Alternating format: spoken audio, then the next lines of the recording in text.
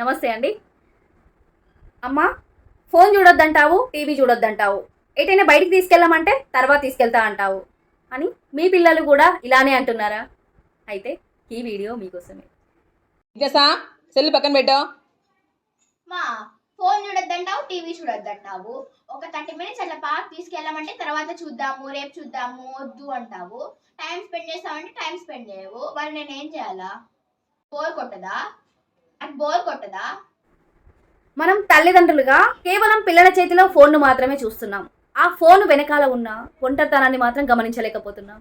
మనం బిజీగా ఉన్నప్పుడు పిల్లలకి ఏమీ తోచక వేరొక ఆప్షన్ లేక పిల్లలు ఫోన్కి అలవాటు పడుతున్నారు.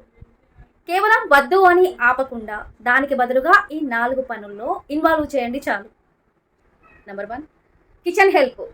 సాధారణంగా కిచెన్లో కూరగాయలు కడగడమైనా సరే, కూరగాయలు సర్దడమైనా సరే, లేదా టేబుల్ క్లీనింగ్ అయినా సరే హెల్ప్ చేస్తావా అని అడగండి. ఇలా చేయడం వల్ల పిల్లలకి బాధ్యతలు పెరుగుతాయి. Number 2, 10 minute cleaning challenge. 10 నిమిషాల్లో మీ బుక్ షెల్ఫ్ సర్దుకోండి, ఎవరు బాగా సర్దుకుంటారో చూద్దాం అని ఇలాంటి చిన్న చిన్న కాంపిటీషన్స్ పెట్టండి పిల్లలకి. Number 3, nature connection. మొక్కలకి నీళ్లు పోయడం, మొక్కలు నాటడం, ఇలాంటి పనులు చెప్పండి. పైగా ప్రకృతితో గడపడం ద్వారా పిల్లల మనసు హాయిగా ఉంటుంది.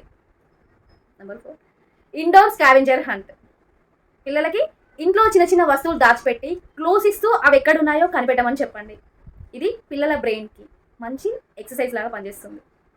గుర్తుంచుకోండి, పిల్లలకు కావాల్సింది ఖరీదైన గ్యాడ్జెట్స్ కాదు, మీ క్వాలిటీ టైం. ఫోన్ చూడకండి అని గట్టిగా అరవడం కన్నా రా ఇద్దరం కలిసి ఈ పని మొదలు పెడదాం అని ప్రేమగా వాళ్ళతో కలిసి ఆ పనిని కనుక స్టార్ట్ చేస్తే వాళ్ళే ఇష్టంగా ఫోన్ను పక్కన పెట్టేస్తారు. Stop the screen, start the fun.